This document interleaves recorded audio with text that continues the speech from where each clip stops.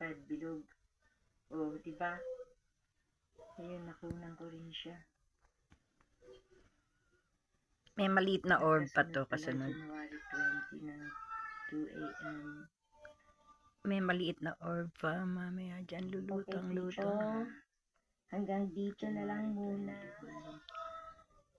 Comment kayo down below. Ano sa palagay nyo yung mga nakunan sa video to?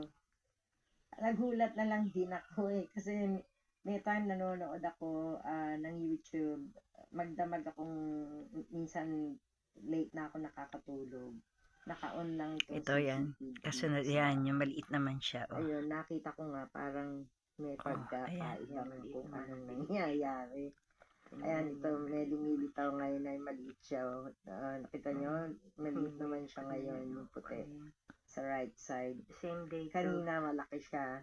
30 minutes ngayon naman ito, 30 minutes interval lang sa CCTV. Ayan, kanina yung malaki naman na maliit siya. Tapos ayan.